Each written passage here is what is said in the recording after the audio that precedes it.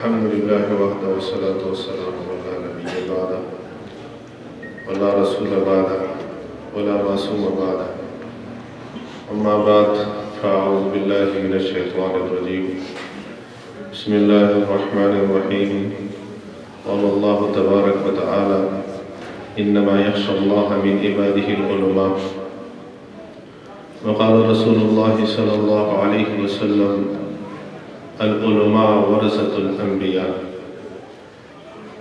هو الحبيب الذي ترجى شفاعته لكل حول من الأحوال مهتدين هو الحبيب الذي ترجى شفاعته لكل حول من الأحوال مهتدين درود شریف وعدو صلى الله على النبي الأمي صلى الله على النبي الأمي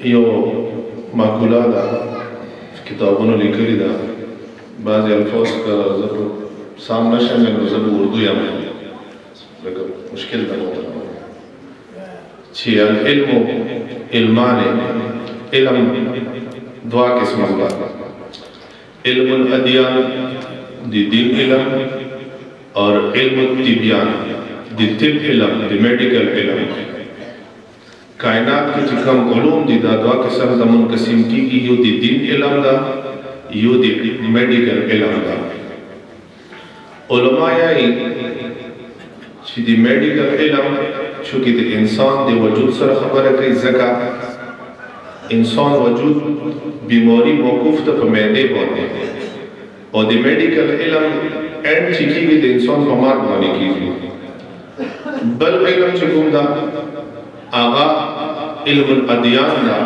چی داغی تعلق دی انسان دی روح سرا اللہ تعالیٰ دا انسان دعا شزونا مرکب کرے دا دعا شزونا پیدا کرے دا یو ظاہری وجود چی دائی خورنا پیدا کرے دا اور اللہ جل جلالہ دی انسان ظاہری ضروریات ہم دی خورنا پیدا کرے دا یہ مجھا آلہ کپڑا دا دی ریشم چینجی بول دی مجھا آلہ فروق دا دی مچے دی شونا چکا موزی دی شوت گئی دی دائی مجھا آلہ پیزو دا دی زناور چمڑے میں جوڑی دی دا مجھا آلہ فروق ندی و آلہ پیزو دا و آلہ کپڑا دا اللہ جل جلالہ دا وجود چکل پیدو کو نو دی کائنات وزن یعنی کائنات کے 7 جگہ سے اللہ نے اس کی مٹی اٹھائی اردو بویا پشتو نہ سمجھا 7 جگہ سے اللہ نے اس کی مٹی اٹھائی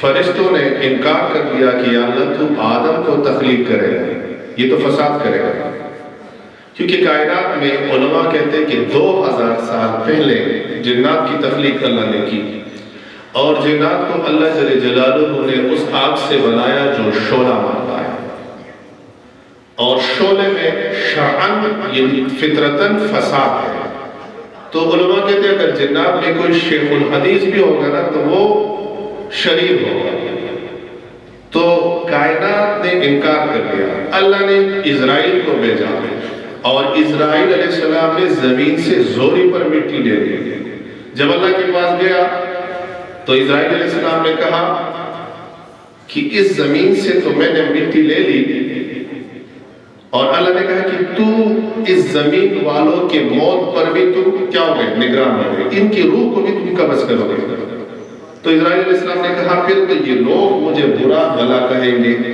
تو اللہ نے کہا میں ان کے لیے اسباب کو مہیا کروں گا کسی پر موت لاؤں گا کسی پر بیماری لاؤں گا کسی کو پہاڑ پر گراؤں کسی کو پہاڑ سے گراؤں گا کسی کو نہر میں ڈباؤں گا کسی کو آگ سے جلاؤں گا یہ لوگ تجھ پر الزام نہیں لگائیں گے پھر جب آدم علیہ السلام کو اللہ نے بنایا تو وہ میدان عرفات میں پڑا تھا تو شیطان آیا کہ ادھر راستہ دیکھ رہا تھا کہ اللہ نے کیا چیز بنائی ہے اور کیسے میں اس کے اندر جاؤں گا بارہا قصہ لمبا پھر اللہ جل جلالہ نے آدم علیہ السلام کا امتحان لے لیا اور فرشتوں کا بھی امتحان لے لیا وہ امتحان کس کا تھا یہ جو نقطہ بیان کر وہ بیان اصل مقصود ہے اللہ تعالیٰ نے البدایہ والنہایہ لکھتے ہیں کہ آدم علیہ السلام کو ہر چیز کا نام دے دیا، یعنی علم دے دیا، اور فرشتوں کے سامنے حاضر کر دیا۔ یہاں تک کتاب لکھتا ہے کہ انسان سے جو ہوا نکلتی اس کا نام بھی اللہ تعالیٰ نے آدم علیہ السلام کو سکھا دیا۔ البدایہ والنہایہ لکھتا ہے۔ پھر فرشتوں کے سامنے حاضر کر دیا، کیونکہ فرشتوں نے اعتراض کیا تھا کہ آدم علیہ السلام کو کیوں بناتے ہیں، ہم تو تمہاری عبادت کے لیے کافی ہے۔ تو آدم علیہ السلام نے سب چیزوں کے نام بتا دیے، اس لیے آدم کی جو فضیلت ہے وہ علم کی بنیاد پر ہے۔ فرشتوں سے افضل جو ہوا، فرشتوں نے سجدہ کیا، وہ علم کی بنیاد پر کیا۔ پھر آدم کو آدم کس لیے کہتے ہیں؟ یہ آدم علیہ السلام بہت خوبصورت ہے۔ ایک عالم فرماتے تھے کہ آدم علیہ السلام کو اللہ نے 100% حسن دیا تھا، پھر 1% اس میں سے مخلوقات میں تقسیم کیا، اور 1% میں سے 99% یوسف علیہ السلام کو، اور وہ پھر 1% اور مخلوقات میں تقسیم کیا۔ پھر آدم علیہ السلام کا حسن، یوسف علیہ السلام کا حسن، پوری مخلوقات کا حسن محمد رسول اللہ کو دے دیا، امام الانبیاء کو دے دیا۔ تو انسان کی فضیلت علم پر ہے، اور یہ اللہ علیم بذات الصدور، اللہ دلوں کے بیب جاننے والا ہے۔ یہ عالم کی بقا علم پر ہے، عالم کی بقا، یہ پورا عالم، سردی آتی ہے، گرمی آتی ہے، یہ ہندوستان، پاکستان، بنگلہ دیش، پوری یہاں تک کہ امریکہ اگر آج اس کا وجود ہے تو وہ مسلمان کی وجہ سے ہے۔ کیوں؟ کیونکہ عالم کی بقا علم پر ہے، اور علم صفت اللہ کی ہے، اور علم جو صفت زمینوں پر ہے وہ علم عالم کی ہے۔ جب عالم نہیں ہوگا تو علم نہیں ہوگا، جب علم نہیں ہوگا تو عالم کی ضرورت ہی نہیں ہے۔ تو بقائے عالم علم پر ہے۔ پھر علماء نے لکھا ہے کہ علم کی 2 اقسام ہیں، ایک معقولات کا علم، قیل قال کا علم، اور ایک ہے علم حال کا علم۔ قیل قال اور علم حال، اور علم قیل قال پہ منقسم ہوتے ہیں معقولات اور منقولات، اور دوسرا جو علم ہے وہ علم صدوری ہے، جو سینوں سے سینوں تک منتقل ہوتا ہے، جس کو علم تصوف کہتے ہیں۔ پھر یہ چند باتیں طلباء کے لیے ہوگی۔ علم قیل اور علم قال یہ تو بہت سے علماء ہیں، لیکن آج کل علم صدوری سے علماء کے سینے خالی ہیں، عوام کے بھی خالی ہیں۔ تو علماء کے خالی ہو گئے، عوام کے ضرور خالی ہو گئے۔ اور علم صدوری کے حصول کے لیے علماء نے 5 چیزیں لکھی ہیں، 5 چیزیں، اور یہ عوام کے لیے بھی ہے کہ یہ 5 چیزیں اختیار کرو، اللہ تعالیٰ تمہیں ولی اللہ بنائے گا۔ اصل مقصود یہ 5 چیزیں بیان کرنا ہے، پہلے خود پھر آپ۔ نمبر 1 چیز کیا ہے؟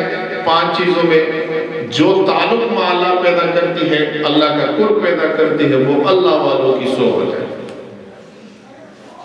حضرت عثمانی صاحب دامت برکاتہم فعالیہ فرماتے ہیں، اگر پورے علاقے میں تمہیں کوئی بھی اللہ والا نہ ملے تو مسجد کے مؤذن کے ساتھ بھی بیٹھ جاؤ، انشاءاللہ وہ بھی نفع سے خالی نہیں ہوگا۔ کونوا مع الصادقین، صادقین کے ساتھ ہو جاؤ۔ جب اللہ نے قرآن میں صادقین فرمائے تو قیامت تک صادقین رہیں گے، ان کو تلاش کرنا ضروری ہے۔ سب سے پہلی یہ چیز ہے وہ ہے صحبت اولیاء اللہ۔ دنیا کے سارے علماء، سارے ابدال، سارے کتب، سارے غوث، سارے بزرگان اکٹھے ہو جائے لیکن ایک صحابی کے درجے تک نہیں پہنچ سکتے۔ وجہ کیا ہے؟ اس کو صحبت نبی صلی اللہ علیہ وسلم سے مشرف ہو۔ علماء کہتے ہیں جس نے ایک دفعہ رسول اللہ صلی اللہ علیہ وسلم کو ایمان سے دیکھا، وہ سارے دنیا کے اولیاء اللہ سے بہتر ہے۔ جو ایک دفعہ رسول اللہ صلی اللہ علیہ وسلم کے ساتھ ایسے کراس ہوا، ایسے راستے پر گزر گئے، وہ سارے دنیا کے اولیاء اللہ سے بہتر ہے۔ اور جس کو رات دن جس کی صحبت نصیب ہوگی اس کا کیا مرتبہ ہوگا۔ یہ عراق میں 70 سال، ابھی تو کافی وقت ہو گیا، صحابہ کی قبریں بیٹھ گئے تو ساری دنیا کے لوگ اکٹھے ہو گئے. اس میں ایک امریکن ڈاکٹر بھی تھا. کہتے ہیں میں بھی ان لوگوں کو دیکھنا چاہتا ہوں کہ جن کی اتنی کتابوں میں فضیلت آئی تھی کہ ایسے لوگ تھے ایسے لوگ تھے. جب ایک صحابی کے ایسے کفن سے کپڑا ہٹایا گیا تو ادھر اس کے چہرے سے ایسے ایک نور چلا گیا آسمان کی طرف. اور اس ڈاکٹر نے جب ایک صحابی کی آنکھ کو اس طرح اٹھایا, وہ آئی اسپیشلسٹ تھا, ایسے اٹھایا تو وہ بے ہوش ہو گیا. جب وہ ہوش میں آیا تو کسی نے کہا کہ آپ نے کیا دیکھا؟ اس نے کہا پہلے تو مجھے کلمہ پڑھاؤ. اس نے پہلے کلمہ پڑھ لیا. بعد میں اس نے دیکھا کہ میں نے جب اس کو آنکھ کھولی اس میں وہ نور دیکھا, میں نے وہ نور, وہ انوارات دیکھے کہ میں نے 100 آپریشن کیے, میں نے ایسا نور کسی کی آنکھوں میں نہیں دیکھا. علماء بیٹے ہیں, ایک حدیث کی توجیحات ہم کرتے ہیں کہ رسول اللہ جب نماز پڑھتے تھے, نماز جب وہ کھڑے ہو جاتے تھے تو پیچھے مجمع اس کو نظر آتا تھا, پیچھے مجمع اس کو نظر آتا تھا. تو بعض علماء نے کہا کہ رسول اللہ صلی اللہ علیہ وسلم کے پیچھے بھی آنکھیں تھی, بعض نے کہا کہ مختلف, لیکن اس میں ایک مدنی رحمۃ اللہ کی ایک توجیہ کی ہے کہ رسول اللہ صلی اللہ علیہ وسلم جب نماز کے لیے کھڑے ہو جاتے تھے دیوار پر اس کی آنکھوں کا نور پڑتا, وہ دیوار صاف شیشے کی طرح ہوتی اور پیچھے ان کو لوگ نظر آتے.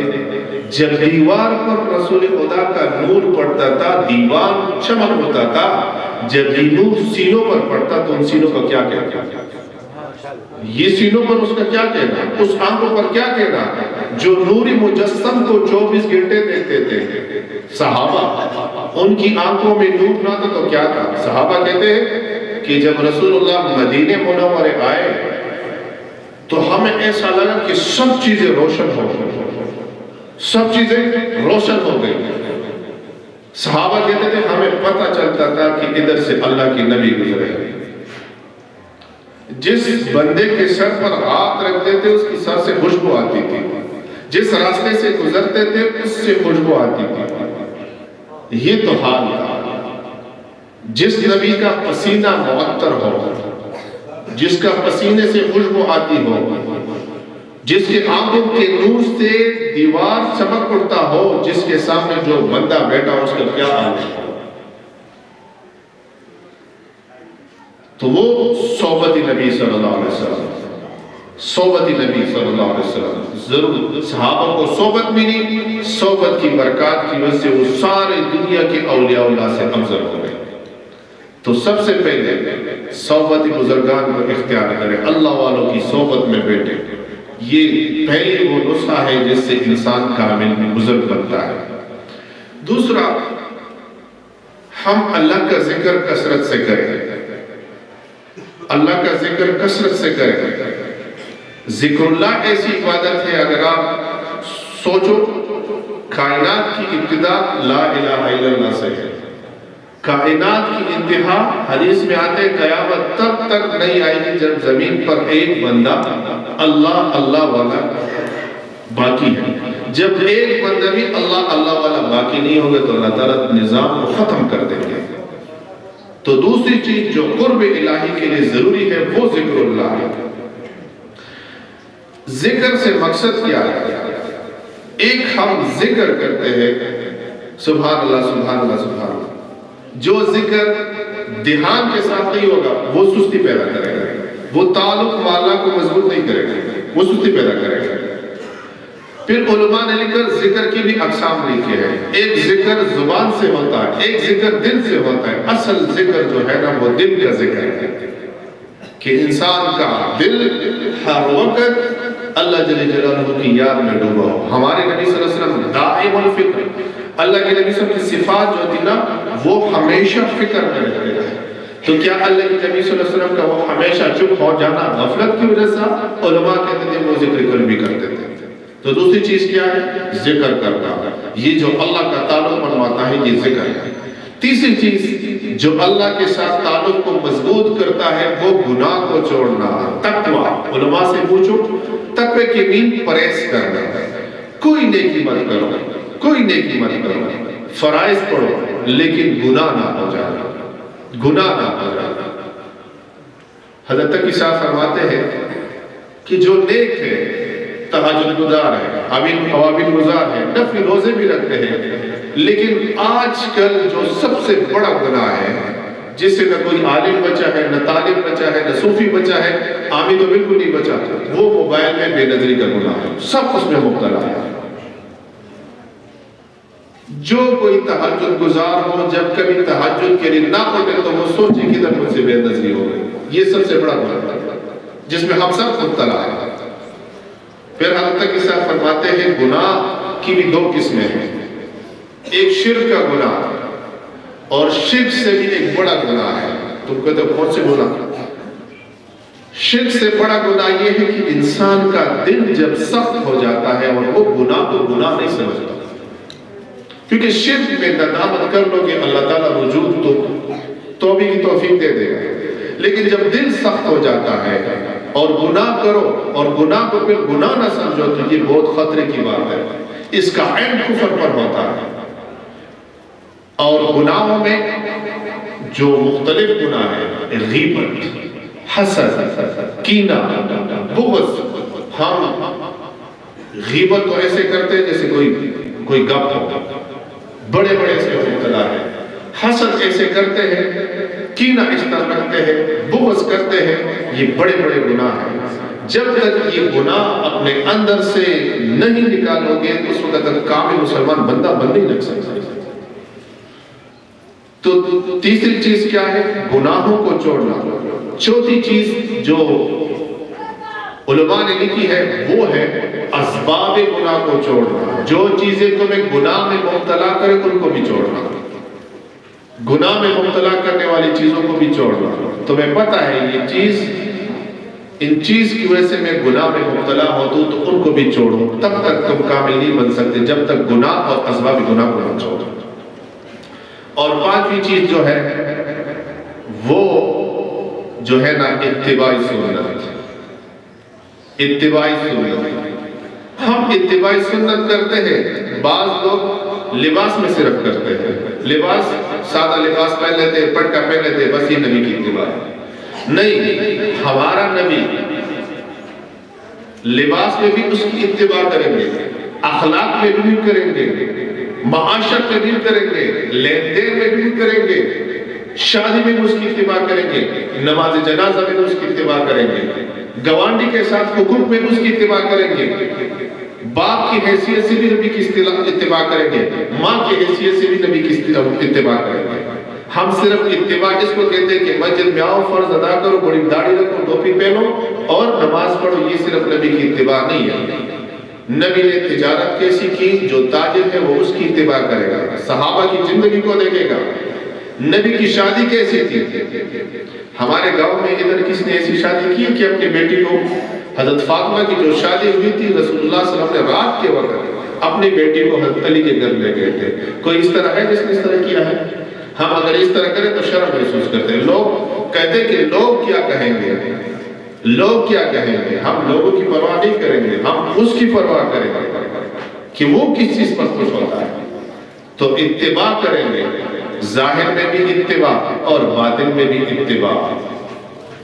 اللہ کی نبی صلی اللہ علیہ وسلم ہمیشہ اندھا پیشانی سے ملتے تھے، اپنے ذات کی وجہ سے کسی سے انتقام اللہ کے نبی نے نہیں لیا۔ اللہ کے نبی صلی اللہ علیہ وسلم کو اگر کوئی باندھی ہاتھ سے پکڑتی تھی اور اس کو جدھر لے جاتی، اللہ اس کی نبی صلی اللہ علیہ وسلم اس کو نہ نہیں کہتے تھے۔ حضرت انس فرماتے ہیں میں نے 11 سال اللہ کی نبی صلی اللہ علیہ وسلم کی خدمت کی ہے، اس نے 11 سال میں مجھے اف تک نہیں بولا۔ نوکر ہو، افسر ہو، تمہارے ماتحتوں کے ساتھ کیسا تعلق کیا؟ ہمارا نبی تو صرف یہ نہیں تھا کہ تمہیں حج کی تعلیم دی، تمہیں روزے کی تعلیم دی، تمہیں ذکر کی تعلیم دی۔ اللہ کے نبی نے ہمیں سب چیز سکھائی، حلیہ بھی ظاہر، لیکن ظاہر بنانا ہمارے بس میں ہے۔ نوجوان تک کا بیٹا ہے، اس کی یہ چند باتیں ضروری بات ہے۔ ایک عالم، ایک بندہ تھا، ایک مولوی صاحب کے پاس آیا کہ مولوی صاحب دعا کرو، اولاد نہیں ہے کہ اللہ تعالیٰ مجھے اولاد دے دے۔ دعا کی 17 سال بعد اللہ نے اس کو بیٹا دے دیا، 17 سال بعد۔ پھر وہ بندہ مولوی صاحب کے پاس ہے کہ مولوی صاحب ایک مسئلہ پوچھنا ہے، اگر اجازت ہو کہتے پوچھو، کہ یہ بتاؤ کہ اپنے بیٹے کو قتل کرنا جائز ہے کہ ناجائز ہے؟ اس نے کہا جائز تو نہیں۔ کہتے اتنا تنگ آ گئے وہ اپنے بیٹے سے کہ 17 سال بعد اللہ نے دے دیا، ابھی ایسا نافرمان ہے، ایسا نافرمان ہے کہ میرے جی چاہتے کس کو مار دو۔ آج کل عمومی معاشرے میں یہ ہے کہ نہیں، اولاد نافرمان ہے کہ نہیں، تو اس کے لیے بزرگوں نے، اکابر نے چند باتیں لکھی ہے۔ اگر یہ باتیں اختیار کر لو تو اللہ تعالیٰ اولاد کو صالح بنائے گا۔ اس میں سے پہلے چیز جو علماء نے لکھی ہے دعا، ربنا حب لنا من ازواجنا وذریاتنا قرۃ اعین، یہ دعا حضرت لاہوری رحمۃ اللہ فرماتے ہیں کہ میں فرض نماز میں ربنا آتنا کی جگہ یہ دعا پڑھ رہا تھا، اس کی برکات میں نے دیکھی۔ اللہ نے 2 بیٹے دیے تھے، ایک بیٹا، یہ باتیں کسی کی سمجھ میں نہ آئے تو اس کی کمزوری ہے، 40 سال رات کو نہیں سویا تھا، صبح تک وہ عبادت کرتا تھا، اتنا ذکر کرتا تھا کہ یہ انگلیاں یہ رچ گئی تھی ذکر کی وجہ سے۔ دوسرا بیٹے کا حال یہ تھا کہ وہ مجذوب تھا، مجذوب اس کو کہتے جس پر ہر ٹائم حال غالب ہے، حرم شریف کا طواف کرتا تھا اور اوپر کی چکر کرتا تھا، اور ایک طواف میں 7 چکریں ہوتی ہیں، ایک قرآن کو ختم کرتا تھا۔ پھر حرم شریف میں سیلاب آیا تو اس کی وجہ سے ادھر شہید ہو گیا۔ یہ اس دعا کی برکت ہے۔ تو سب سے پہلے دعا کرو اپنے اولاد کو۔ دوسرا، جو اولاد اگر آپ چاہتے ہو کہ میرے آنکھوں کی ٹھنڈک بن جائے تو وہ تیسری چیز جو ہے نا، دوسری چیز اپنے اولاد کو حلال کھلاؤ، حلال رزق کھلاؤ۔ اور مال میں 2 قسم کے حقوق ہیں، ایک اللہ کا حق، دوسرا بندوں کا حق۔ اللہ کا حق زکوٰۃ ہے، اللہ کا حق زکوٰۃ ہے، زکوٰۃ اپنے مال کا دے دو، اللہ تعالیٰ پورے مال کو صاف کر دیں گے۔ زکوٰۃ دینا، زکوٰۃ کے مستحق کو تلاش کرنا، ہم زکوٰۃ دیتے ہیں لیکن مستحق کو تلاش نہیں کرتے۔ بندوں کا حق کیا ہے؟ ہمارے معاشرے میں تو دین کے بڑے دعوے ہوتے ہیں، لیکن یہ بات جب کہو تو کوئی بیٹی کو اور بہن کو میراث میں حق دینا، بیٹی کو اور میراث میں، اور بہن کو میراث میں حق دینا۔ ہم پٹھانوں میں یہ مسئلہ نہیں ہے، دین کے دعوے تو بہت کرتے ہیں۔ رات کو میں نے اتنے تہجد پڑھی، یہ کر رہا تھا، حج کو جا رہا تھا، فارم دیکھا اور مسجد میں پیسے دیتے ہو، لیکن میراث میں نہ بیٹی کو حق دیتے ہیں نہ بہن کو حق دیتے ہیں۔ جس نے نہیں دیے وہ توبہ کرے۔ جب آپ کا باپ مر جائے، کسی کا خدا نہ خواستہ، تو یہ مال مشترک ہے، اس میں تصرف نہیں کر سکتے علماء بیٹے ہیں، اس کو بینک کو دو گے، اس وقت دو گے، ہم قابض ہیں اس پر۔ پھر کہتے ہیں بیٹے سے معاف کراتے ہیں، بیٹی سے معاف کراتے ہیں، تو ہمارے پھر کیا ہماری باتوں میں اثر ہوگا، کیا ہمارے اعمال میں نورات ہوگی؟ تو دوسری چیز کیا ہے؟ اپنے بچوں کو حلال کھلانا۔ تیسری چیز جو ہے نا کہ آپ چاہتے ہو کہ میرے اولاد نیک ہو جائے، اپنا گھر کا ماحول ٹھیک کرو۔ فرانس میں ایک سکول تھا جہاں پر ایک فرانسیسی ٹیچر سب سے پوچھ رہا تھا کہ تم کیا بنو گے۔ ایک مسلمان لڑکی سے، ایک بچی سے پوچھا کہ تم کیا بنو گے، کہتے میں صحابی بنوں گا۔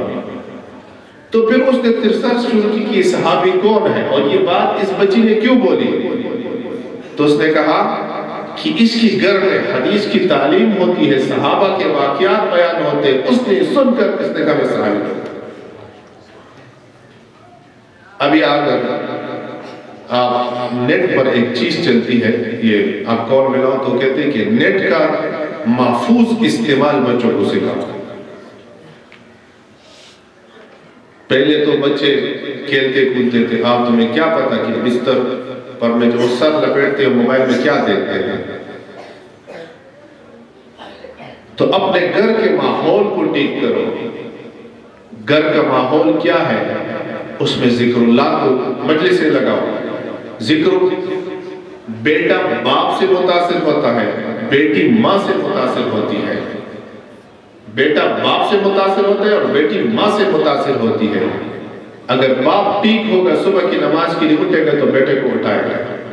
ایسے بزرگ ہے جس نے رات کو تقسیم کیا ہے، 12 بجے تک تم عبادت کرو گے، تم سو گے، پھر 2 تک میں کروں گا، پھر آخری پیر میں زنانہ اٹھیں گے۔ اس گھر میں جنید بغدادی پھر پیدا نہیں ہوئی، پھر کون پیدا ہوگا؟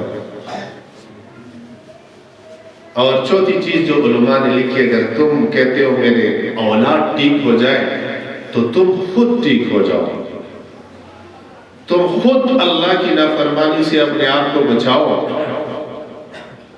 ایک بزرگ کہتے ہیں کہ جب میں گناہ کرتا ہوں تو میری سواری بھی میری کنٹرول میں نہیں ہوتی، وہ بھی میرے ساتھ کجی کرتی ہے۔ جب ہم خود گناہوں میں مبتلا ہوں گے تو کیا اللہ ہمیں اولیاء اللہ دے گا؟ یہ سوچ کی بات ہے۔ ایسے اولاد کو پیدا کرو، یہ جو علماء بیٹھے ہیں، کل کا یہ اگر اس کے اپنے رشتہ دار باپ ماں مر جائے تو اس کے پیچھے وہ روئیں گے، دعائیں کریں گے، اللہ کو واسطہ دیں گے۔ اور جب بیٹوں پر محنت نہیں کی ہوگی نا، جب مرو گے تو میں نے ایسے بندے دیکھے ہیں کہ وہ کہتے ہیں میں باپ کو نہلا نہیں سکتا، اس سے مجھے سمیل آ رہی ہے۔ وہ باپ جو اس کے لیے حرام اور حلال کی تمیز نہیں کرتا تھا۔ اور ایسے بچے بھی دیکھے، ہمارے ایک ساتھی تھا، کہتے والد صاحب مر گئے، میں نے خواب میں دیکھا والد صاحب کہہ رہے تھے بیٹا جب تو ہدایہ پڑھتا ہے مدرسے میں تو مجھے سکون ملتا ہے، قبر میں سکون ملتا ہے۔ میں ساتھیوں کو واقعہ سناتا ہوں۔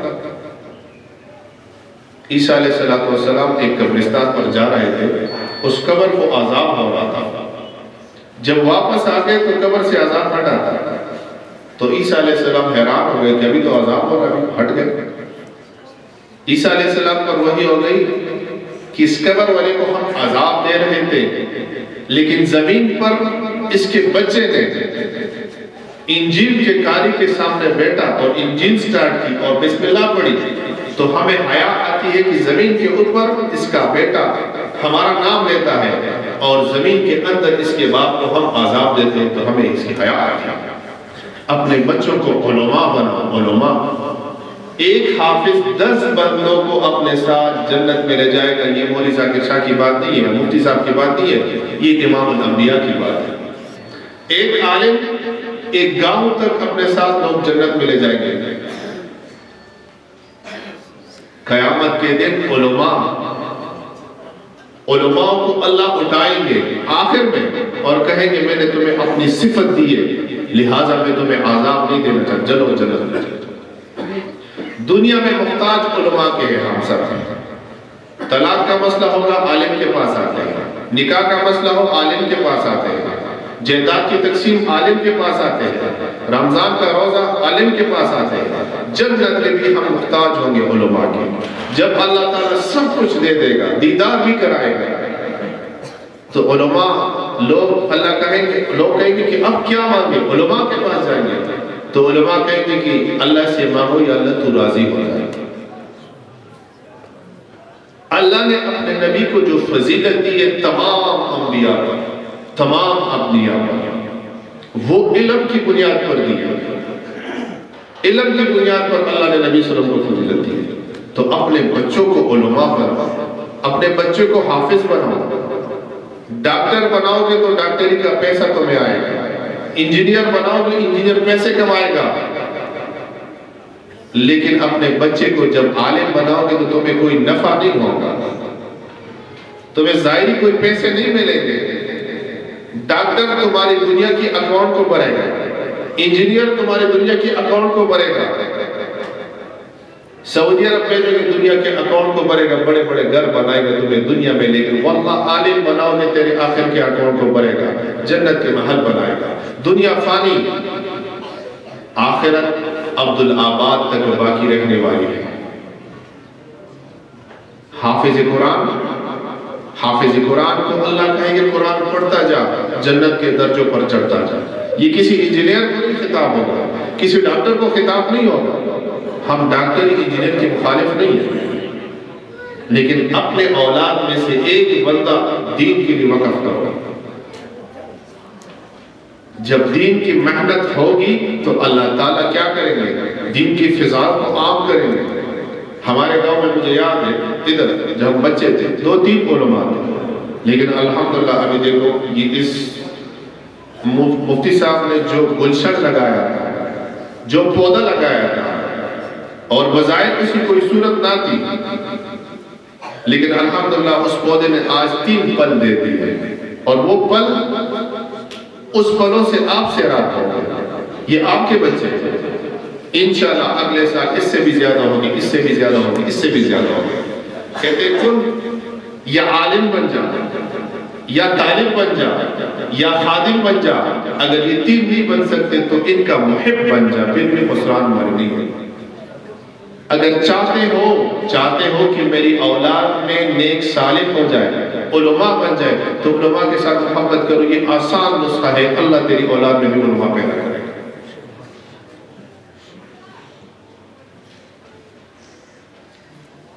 بزرگ میں ایک بہت بڑا بزرگ گزرا ہے، امام احمد بن حنبل رحمۃ اللہ علیہ۔ ایک بزرگ فوت ہو گیا جس کا نام سید سکتی رحمۃ اللہ علیہ۔ جب وہ اللہ کی دربار میں حاضر ہو گیا تو اس کے اعمال کو تولا گیا۔ جب اعمال کو تولا گیا تو اس کے بد اعمال زیادہ ہو گئے اور نیک اعمال کم ہو گئے۔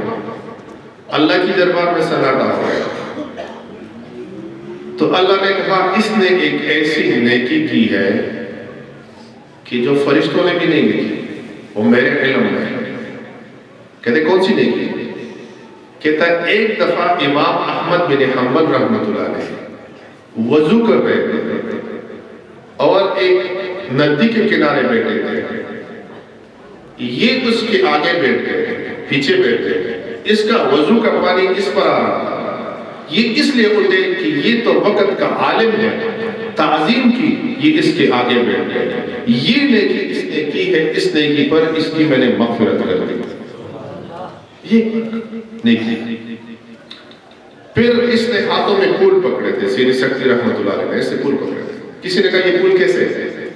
کہتے امام احمد بن حنبل جنت الفردوس میں بیٹھے ہیں، طالب علم اس کے ارد گرد ہے، وہ حدیث کا درس دے رہے تھے اور فرشتے اس پر پھول پھینک رہے تھے۔ یہ وہ امام احمد بن حنبل ہے کہ اس کے متعلق علماء کہتے ہیں اگر 2 بندے نہ ہوتے تو دین باقی نہ رہتا۔ ایک ابو بکر صدیق جب رسول اللہ فوت ہو گئے اور فتنوں کا ظہور ہو گیا، دوسرا امام احمد بن حنبل۔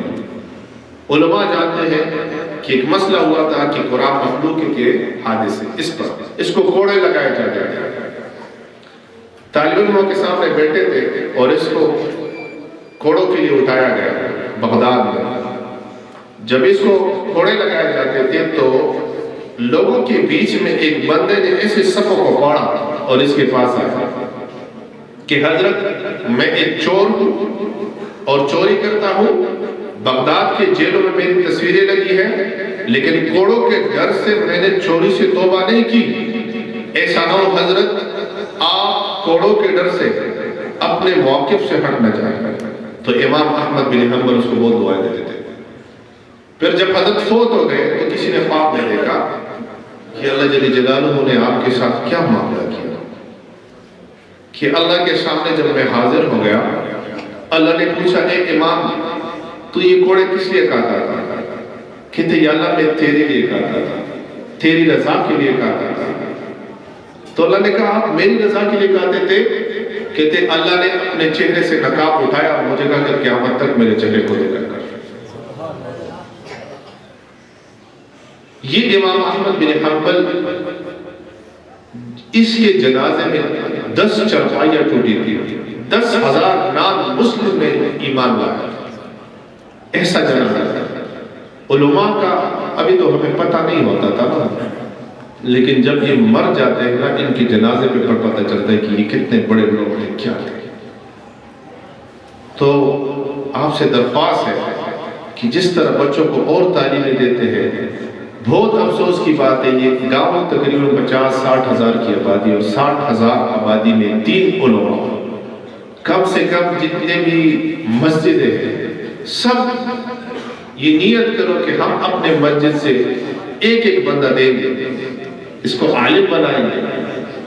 کوئی عالم بھوک سے نہیں مرتا، یقین کریں میں آپ کو سچ بتاتا ہوں، پہاڑ کی چوٹی پر بھی اللہ تعالیٰ رزق دیتا ہے، کوئی عالم بھوک سے نہیں مرتا۔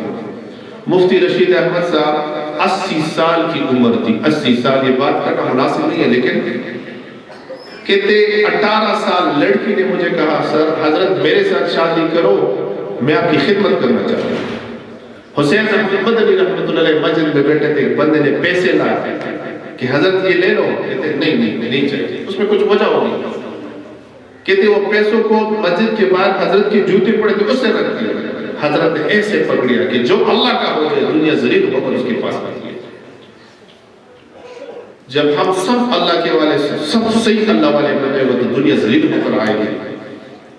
تو آج سے یہ نیت کرو، اس طرح انہوں نے یہ پٹکی باندھی، کل آپ کا بیٹا ادھر بیٹھا ہے، آپ کا بھائی ادھر بیٹھا ہے، اپنے گھر میں ایک عالم کو پیدا کرو، ایک حافظ کو پیدا کرو۔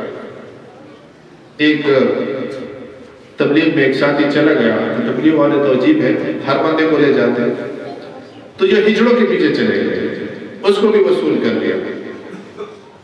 تو مسجد میں آ گئے، 4 مہینے لگائے، ہجڑا وہ بیان کر رہا تھا، تو ادھر مولوی صاحب کا بیٹا تو اس نے کہا بیٹو تم ہمیں بیان کرو گے، تم تو ہجڑے ہو۔